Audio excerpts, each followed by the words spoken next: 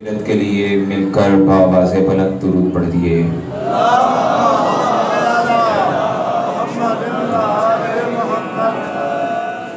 مومنین کی حاجت روائیوں کے لیے بالخصوص بہت سے مومنین ہیں جنہوں نے التماس دعا کہا ہے اور کئی دعائیں ذمہ لگائی ہیں، بالخصوص اولاد نرینہ کے لیے، بیٹوں کے لیے دعا کی اپیل کی ہے۔ تمام مومنین ان کی دلی حاجات کی قبولیت کے لیے مل کر بآواز بلند درود پڑھ دیجئے۔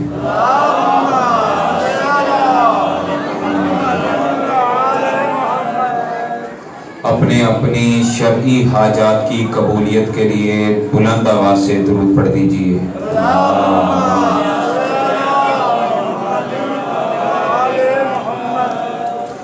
برائے تعجیل ظہور امام زمانہ بلند تر صلوات۔ اللہم صلی علی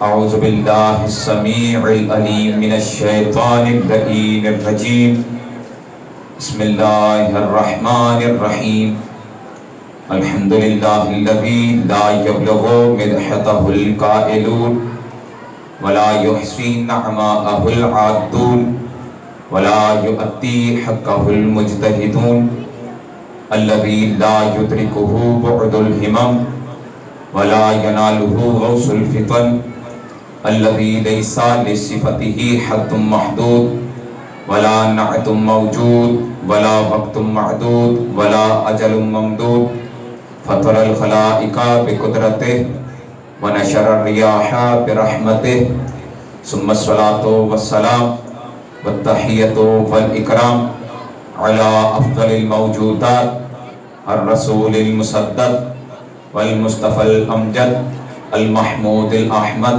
أعني أبا القاسم محمد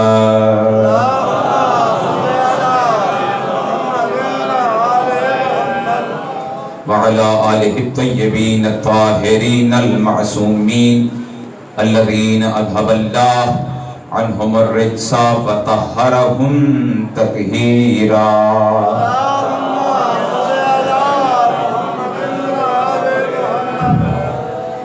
ولعنۃ اللہ علی اعدائہم اجمعین من یوم عداوتہم الی قیام یوم الدین، اما بعد فقد قال اللہ سبحانہ وتعالی فی محکم خطابہ المتین وہو اصدق الصادقین، بسم اللہ الرحمن الرحیم، انا علینا للہدی۔ صلوات پڑھ دیجئے جناب۔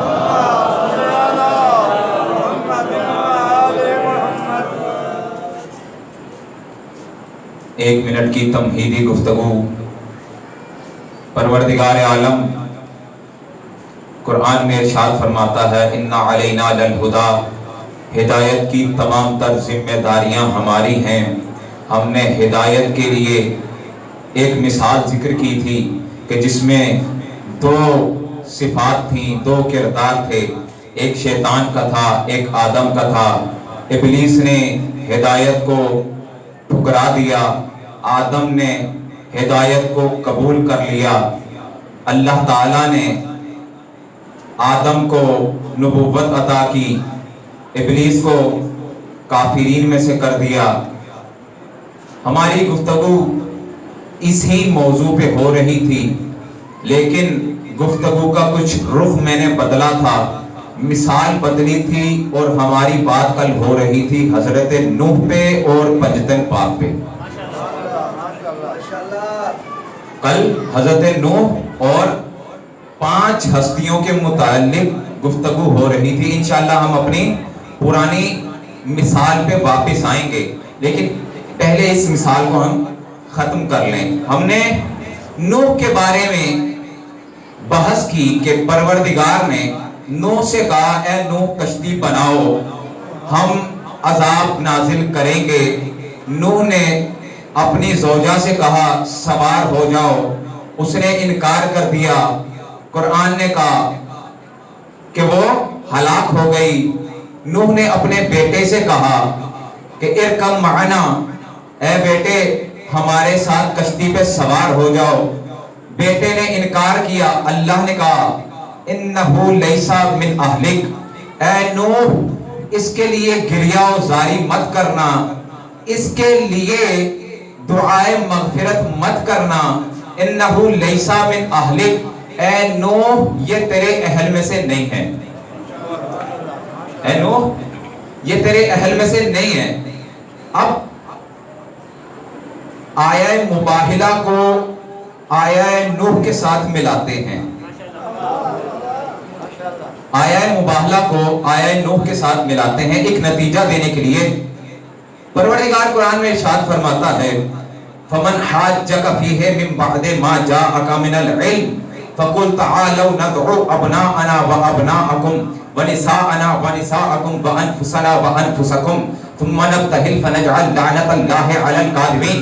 اے میرا حبیب، علم آ جانے کے بعد بھی جو ہٹ درمی دکھائے ان سے کہہ دو اب بحث نہیں کریں گے، اور میدان میں چلتے ہیں مباہلہ کرتے ہیں، اور میدان میں چلتے ہیں مباہلہ کرتے ہیں۔ پروردگار مباہلہ میں آئے گا کون؟ مباہلہ میں کرنا کیا ہے؟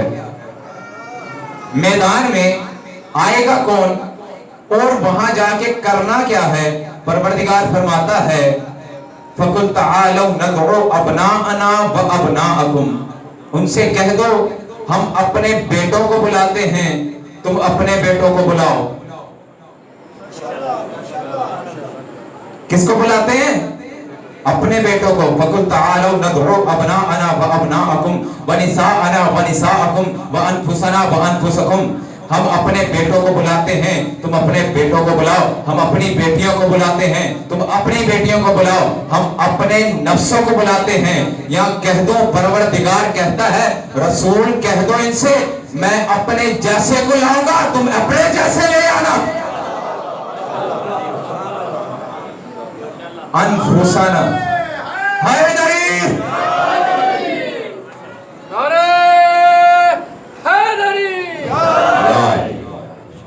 پروردگار کیا کہتا ہے؟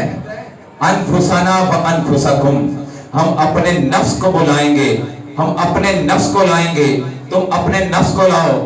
اب میں نے یہ آیت کا انتخاب اس وجہ سے کیا کہ دیکھیں سورہ نوح میں اللہ نے نوح کے بیٹے کے لیے کہا انہو لیسا من اہلک، اے نوح تھا تو یہ تیرا سگا بیٹا لیکن اب تیری اہل میں سے نہیں ہے۔ یہاں آیا مباہلہ میں کہتا ہے قُلْ تَعَالَوْا نَدْعُ أَبْنَاءَنَا وَأَبْنَاءَكُمْ، کہو ہم اپنے بیٹوں کو لائیں گے تم اپنے بیٹوں کو لاؤ۔ رسول لے گئے حسنین کو، حسنین تو رسول کے بیٹے تھے ہی نہیں۔ وہاں کہا نوح تیرا سگا بیٹا اہل نہیں ہے، یہاں کہا ہم اپنے بیٹوں کو لائیں گے۔ تو عجب نہیں، جملہ سننا، اللہ کی قدرت کی رنگینیاں تو دیکھو۔ جب نوح کے بیٹے کی بات آئی تو اس کے لیے کہہ دیا کہ نوح یاد رکھو وہ تمہارا بیٹا نہیں، یعنی مزاج خدا کچھ اس طرح بن گیا۔ جب نوح کی باری آئی کہا یہ تیرا بیٹا نہیں، محمد کی باری آئی نواسوں کو بیٹا بنا کے بھیج دیا۔ نعرہ حیدری،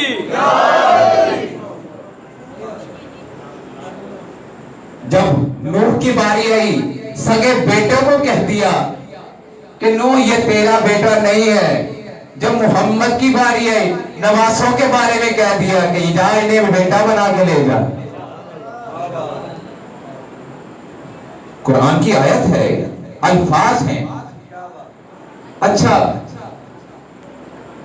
ایک یہاں بھی ایک جملہ آتا ہے، میرا موضوع مباہلہ نہیں ہے لیکن کیا کروں، آیت کا انتخاب کیا تھا، اب اندر سے نکتے نکل آتے ہیں۔ روایات اٹھا کے دیکھیے، رسول کی اولاد جتنی بھی ہوئی مانا وہ وفات پاتی گئی، لیکن تاریخ اٹھا کے دیکھیے، جس وقت جس تاریخ کو آیہ مباہلہ نازل ہوئی اور اللہ نے عیسائیوں کو مباہلے کے لیے دعوت دی، اس وقت رسول کا بیٹا ابراہیم زندہ تھا۔ رسول کا بیٹا ابراہیم زندہ تھا مومن تھوڑا بیدار ہو رہے ہیں کہ اب کوئی نئی گفتگو ہونے لگی. دیکھیں اللہ نے کہا اپنے بیٹوں کو لے کے آؤ. ہم اپنے بیٹوں کو لے کے آتے ہیں لیکن رسول میدان میں لے گئے حسنین کو جبکہ اپنا سگا بیٹا ابراہیم زندہ تھا. اپنا سگا بیٹا ابراہیم زندہ تھا. یا رسول اللہ آپ کو اللہ نے حکم دیا تھا بیٹے کو لے کے جاؤ. حق تو یہ تھا ابراہیم کو لے کے جاتے. عجب نہیں کہ رسول کا جواب ہے کہ دیکھو اللہ نے کروانا تھا مباہلہ اور مباہلہ ہے سچوں کے ساتھ اور اللہ نے میدان میں بلائے ہیں بیٹے. وہ بیٹے اللہ نے محمد کے نہیں رسالت کے بلائے ہیں. ابراہیم بیٹا ہے محمد کا, حسنین بیٹے ہیں رسالت کے. حسنین بیٹے ہیں رسالت کے. اسی لیے تو رسول نے کہا تھا کہ انا حسین منی و انا من الحسین, کہ میں حسین سے ہوں حسین مجھ سے ہے. حسین رسول سے تو سمجھ میں آتا ہے لیکن رسول حسین سے کیسے ہیں؟ ایسے ہی ہیں کہ جس طرح حسین رسول کی اولاد سے ہیں. رسول کا حسین نے دین بچایا, رسول حسین سے ہو گئے. اچھا گفتگو سمجھ میں آ رہی ہے؟ پیچیدہ تو نہیں ہے زیادہ؟ حضرت نوح نے اللہ نے مباہلے کے لیے کیا کیا؟ بلا لیا. اچھا عیسائیوں کو, عیسائی پہلے آئے ان کے ساتھ بحث ہوئی. رسول کا مدعا یہ تھا کہ دیکھو اللہ ایک ہے وحدہ لا شریک ہے, اس کی نہ کوئی اولاد ہے نہ وہ کسی کی اولاد ہے. عیسائیوں نے کہا نہیں, الٹا دلیلیں دینا شروع کی. کہتے ہیں کہ دیکھیے حضرت عیسیٰ اللہ کے بیٹے ہیں. رسول اللہ نے فرمایا کوئی دلیل؟ کہا دیکھیے عیسیٰ کی والدہ تھیں لیکن باپ نہیں تھا. عیسیٰ کی والدہ تھیں, باپ نہیں تھا, والد نہیں تھے. والد کے بغیر کوئی اولاد دنیا میں آ نہیں سکتی. تو لہذا نتیجہ نکلا جس کی ماں ہو لیکن کوئی باپ نہ ہو اللہ اس کا باپ ہوتا ہے. لہذا اللہ عیسیٰ کا باپ ہوا. تو جیسے ہی عیسائیوں نے یہ دلیل دی نا, جبرائیل نازل ہوئے, کہا یا محمد انہیں جواب دے دو, اگر عیسیٰ کی ماں تھی باپ نہیں تھا تو زیادہ تو اللہ کا للہیت کا حق آدم رکھتا ہے. عیسیٰ کی تو پھر ماں تھی, آدم کا تو نہ باپ تھا نہ ماں تھی. آدم کی تو نہ ماں تھی نہ باپ تھا.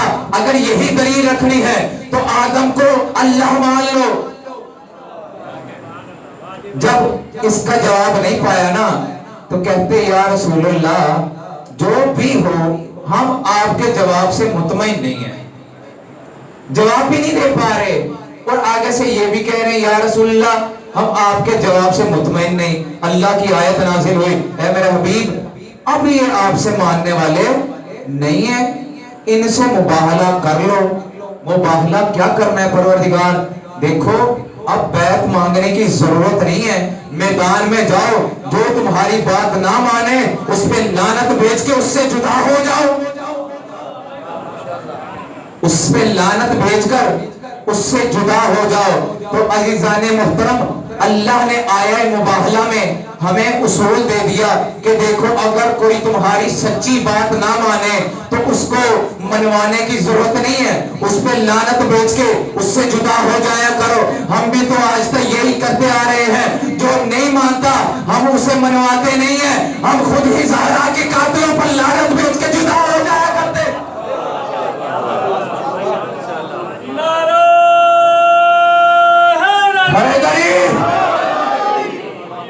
ہمیں بھی کسی کو منوانے کی ضرورت نہیں ہے. اللہ کہتا ہے کہ جب تم سچے ہو اور اگلا فریق دعوت نہ قبول کرے اس پہ لعنت بھیج کے جدا ہو جایا کرو. ایک دفعہ درود پڑھ دیجئے محمد والے.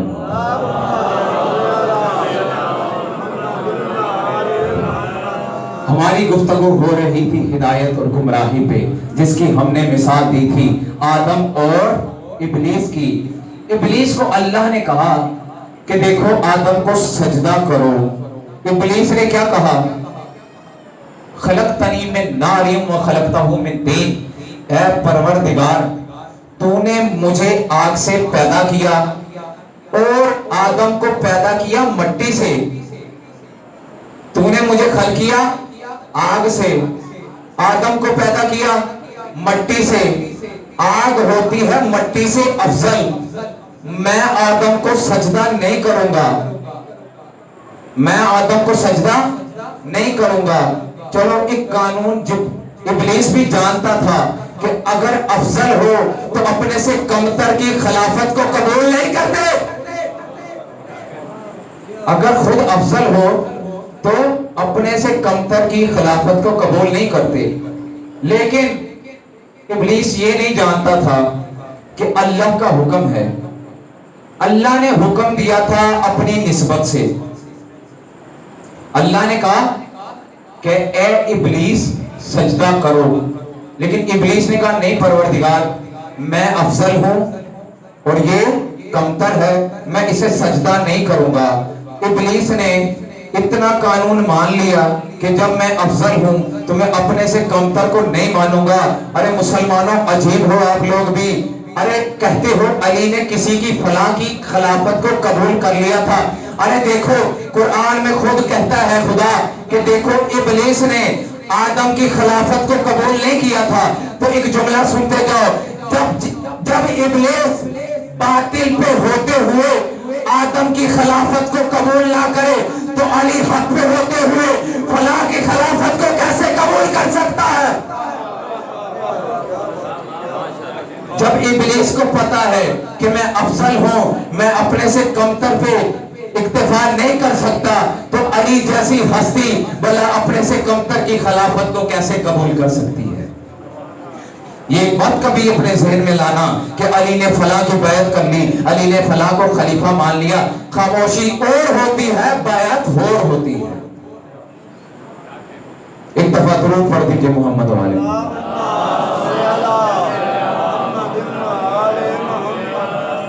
اللہ نے کہا اے ابلیس سجدہ کر، ابلیس نے کہا پروردگار میں سجدہ نہیں کروں گا۔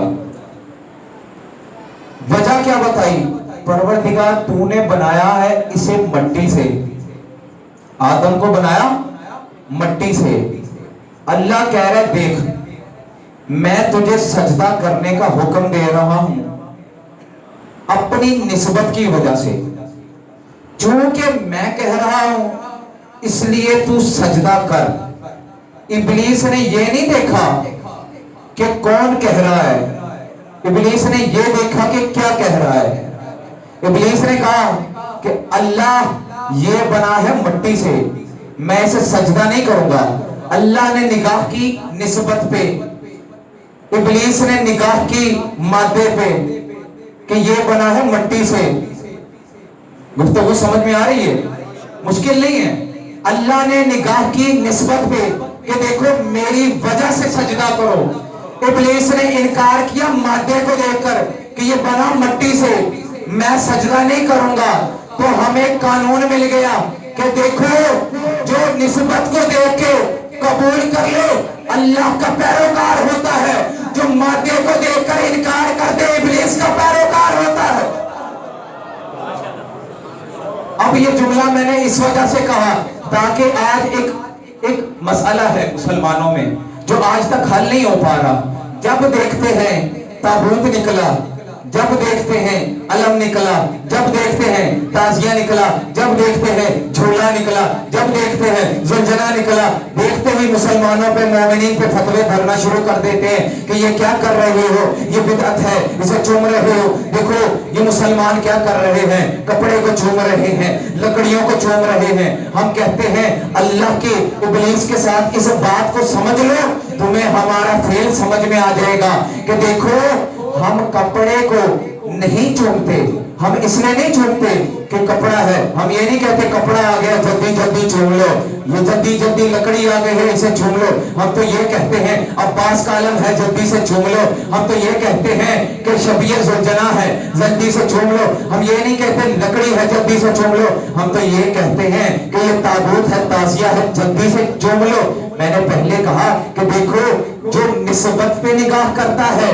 وہ اللہ کا پیروکار ہوتا ہے، جو مادے پہ نگاہ کرتے ہیں وہ ابلیس کے پیروکار ہوتے ہیں۔ تو آج فیصلہ ہو ہی گیا کہ دیکھو جو مسلمان ہمیں چومتے دیکھ بدعت کے فتوے لگائے، مطلب یہ کہ وہ مادہ کو نگاہ کرتے ہیں، نگاہ میں یہ رکھتے ہیں کہ دیکھو یہ لکڑی کو چوم رہے ہیں، یہ کپڑے کو چوم رہے ہیں، پتا چلا مسلمان مادے کو دیکھ دیکھ کر ابلیس کے پیروکار ہو گئے۔ ہم کپڑے کو نہیں بلکہ یہ کہتے ہیں ہم عالم کو چوم رہے ہیں، ہم نسبت کا احترام کر کے اللہ کے پیروکار ہو گئے۔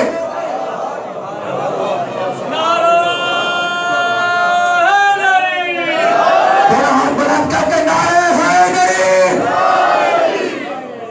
کچھ لوگوں نے دین اسلام کو لطیفہ بنا دیا، جب چاہا جسے چاہا خلیفہ بنا دیا، عظمت رسول کو پامال کیا، منبر رسول کو سقیفہ بنا دیا۔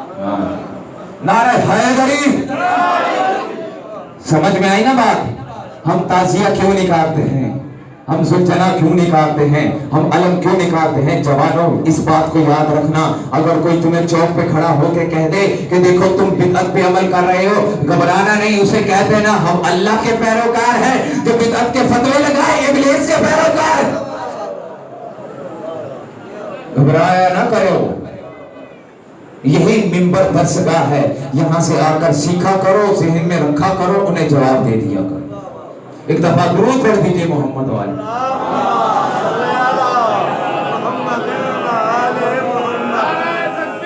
اللہ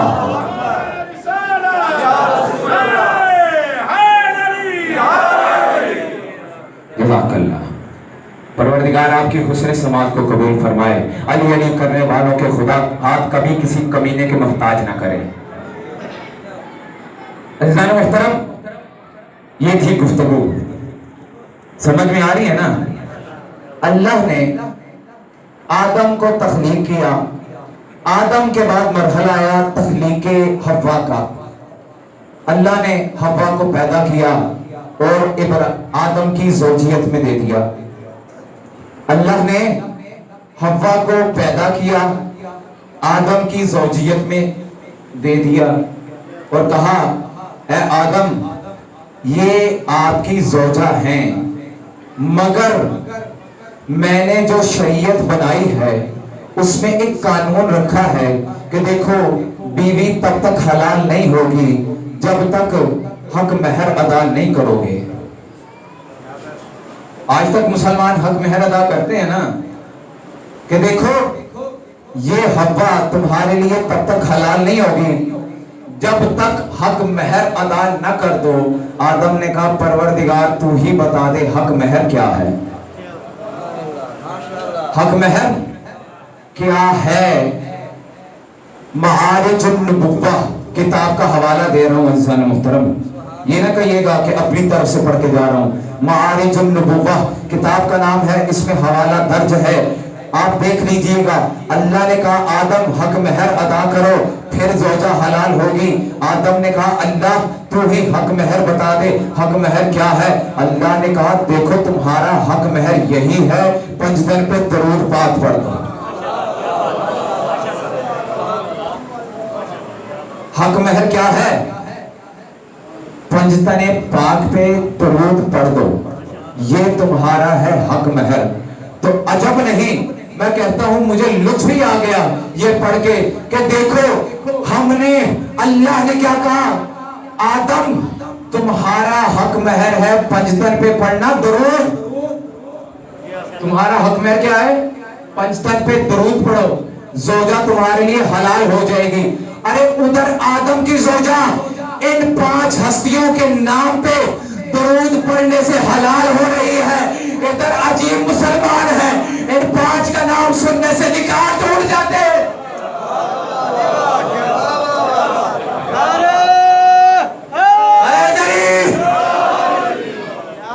ارے عجیب مسلمان ہے. ارے آدم کا نکاح ان پہ درود بھیج کے بغیر ہوتا نہیں ہے, تمہارا ان پہ درود بھیج کے رہتا نہیں.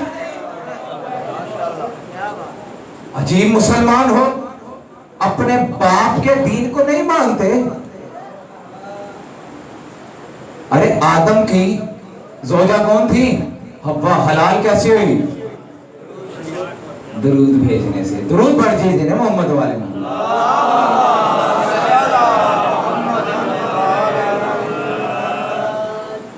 یہ ہے آدم کا اور پنجتن کا مقایسہ. کیا ہے؟ ہم نے انشاءاللہ تفصیلی ذکر کریں گے, گفتگو کریں گے, کل کریں گے. آج دامن وقت میں گنجائش نہیں ہے کہ اور بات کو کھول لوں. کل یہاں سے ہی انشاءاللہ اپنی گفتگو کو جاری کریں گے. گفتگو یاد رکھنی ہے کہ آدم, حوا, ابلیس, خدا, پنجتن. انشاءاللہ ہم اپنی گفتگو کل یہاں سے ہی شروع کریں گے. درود پڑھ دیجئے محمد والے.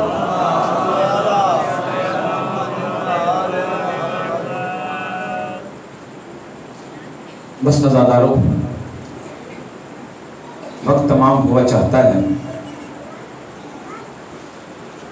آج اس بی بی کے مسائب پڑھنے کو جی چاہ رہا ہے کہ جس کا لقب ہی ام المصائب ہے. جانتے ہو یہ لقب کس بی بی کا ہے؟ علی کی بڑی بیٹی زینب کبریٰ.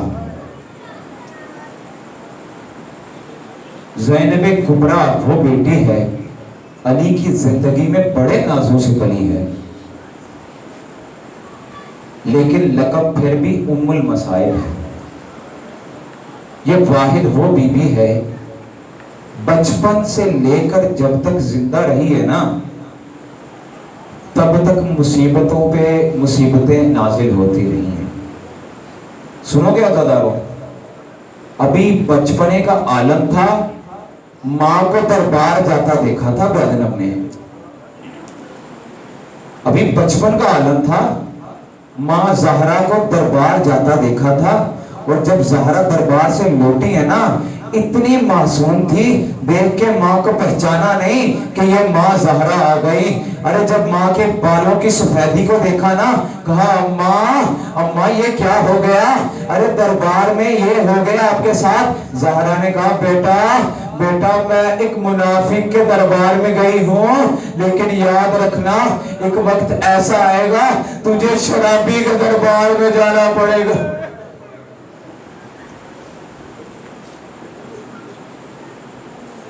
عزادارو, بچپن کے بعد بی بی جب جوان ہوئی ہے نا, تو جوانی کے عالم میں بابا علی کے سر شگافتہ کو دیکھا تھا زینب نے.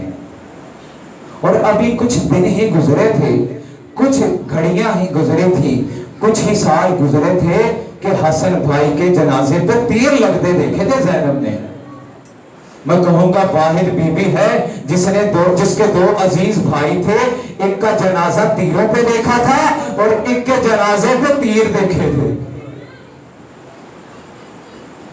عزادارو, جب بی بی کی بزرگی کا عالم آیا نا, تو عصر عاشور میدان کربلا میں شب عاشور زینب نے وہ شام دیکھی جسے ہم شام غریبہ کہتے ہیں.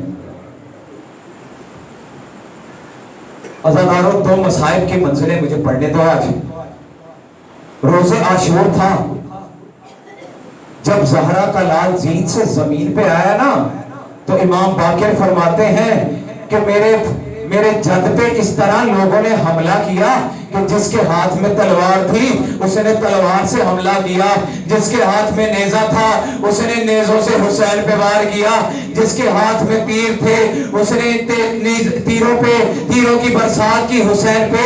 ارے جس کے پاس کچھ نانا تھا وہ حسین کو پتھروں سے مارتا رہا. ارے یہاں مصیبت ختم نہیں ہوئی. ارے جس کے پتھر نہ ملے, ارے کربلا کی گرم ریت اٹھا کے ارے حسین کے زخموں پہ پھینکتا رہا.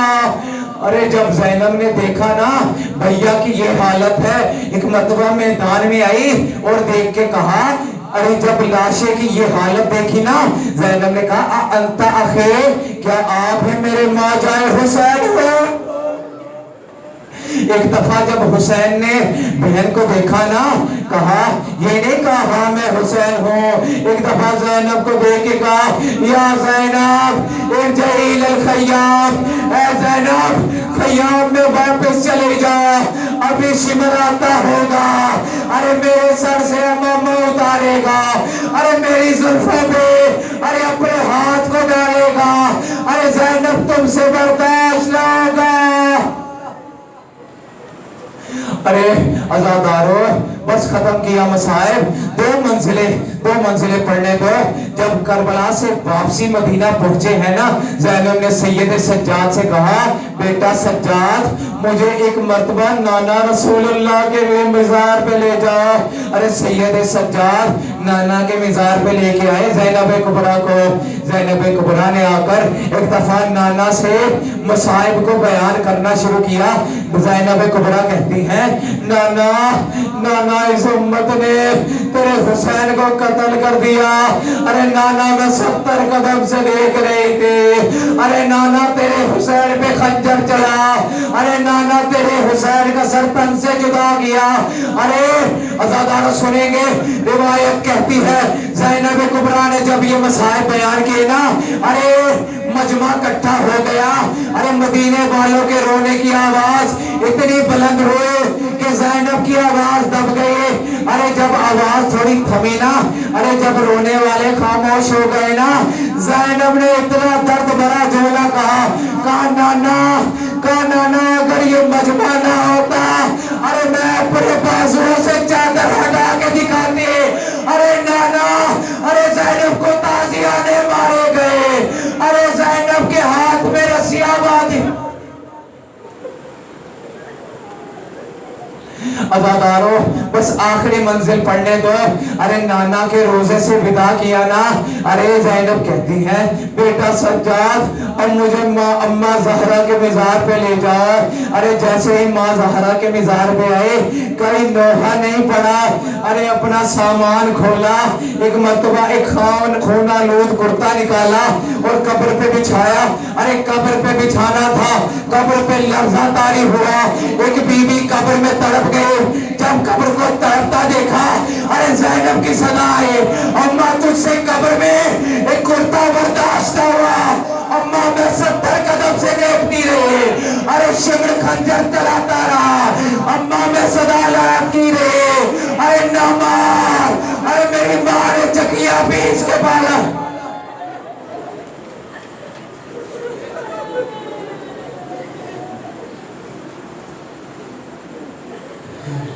اِنَّا لِلَّهِ وَإِنَّا إِلَيْهِ رَاجِعُونَ وَسَيَعْلَمُ الَّذِينَ ظَلَمُوا أَيَّ مُنْقَلَبٍ يَنْقَلِبُونَ